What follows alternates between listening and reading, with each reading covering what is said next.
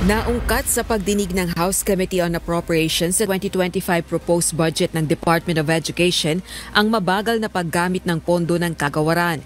Ayon kay House Committee on Appropriations Senior Vice Chairperson Marikina 2nd District Representative Stella Kimbo, mabilis ang paggamit ng confidential funds ng kagawaran noong 2023. Pero ang pondong nakalaan noong nakalipas na taon para sa learning resources gaya ng mga computer at libro, mabagal umano sa paggamit ang DepEd. Big crisis, we cannot waste funds, we cannot waste time. I think those are the two things. So, nakakalungkot na pagdating sa COA report, at pinapakinggan ko ang ibang mga kongs, yun ang isa sa pinaka malaking finding ng COA report in 2023, low utilization. Ibig sabihin, mabagal ang paggastos at may natitirang pondo. So, wasted funds, wasted time. Hindi rin agad na ipamamahagi ang mga kagamitang kinakailangan ng mga estudyante para sa kanilang pag-aaral. Mismong si bagong Education Secretary Sani Angara, dinatnan pa ang mga learning resources na ilang taon nang nakabinbin sa isang warehouse sa Carmona, Cavite.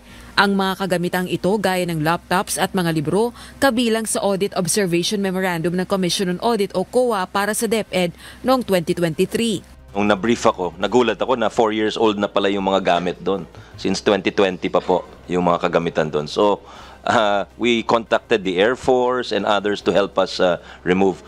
And in addition to what Yusek Romero said, there are over 1.5 million items still in Carmona and other warehouses. Laptops, books, furniture. So we're doing our best to get them out para hindi mag-deteriorate yung mga materyales. Rate of completion is the end of September, Your Honor. Aminado naman si Education Secretary Angara, may problema sa procurement process ang DepEd. Why does he recommend the re-evaluation and review of the existing procurement policies of his department? I really noticed that mabagal ho kami sa procurement. Okay. I think if you notice for 2024, the books are not arriving on time, Your Honor. We're only starting to deliver books now, and the kids are already in school. The completion of the books will be done by December, Your Honor. Git pa ng kalihim, kinakailangan nilang gayahin ang procurement practice ng ibang kagawaran gaya ng early procurement activities. Para sa 2025, 793.18 billion pesos ang proposed budget ang DepEd at attached agencies. Samantala, nasilip din sa pagdinig ang bidding ng DepEd para sa tinatayang 8 bilyong pisong halaga ng laptop at iba pang kagamitan noong 2022 at 2023 nang nakaupo pang kalihim ng kagawaran si Vice President Sara Duterte. Partikular na ang pagkakaroon ng first bidding at rebidding na may pare-pareho umanong bidders. Hindi umano natuloy ang unang bidding dahil kulang ang mga dokumentong isinumite ng mga bidder. Probably there's an irregularity in the procurement. And there are personalities involved at meron pong nangialam dito. Yun pong paniniwala ko. Kasi nagkaroon na po ng bidding, ang hindi ko po maintindihan bakit hindi natin tinuloy. Sayang po ng 1.6 billion na masisave po ng ating gobyerno kung sabihin na lamang natin na ang laptop is worth 100,000, ilang laptops na po ang mabibili nun? There are various reasons kung bakit nag-fail yung mga ibang lots na yon.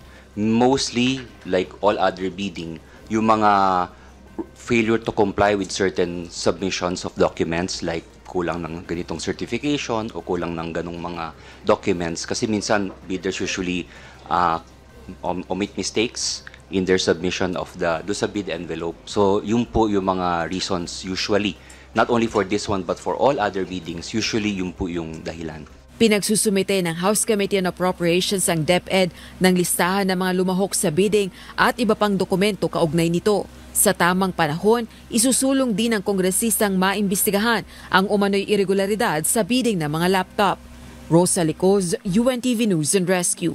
Diyos ang aming sandigan, serbisyo publiko ang aming pinahahalagahan.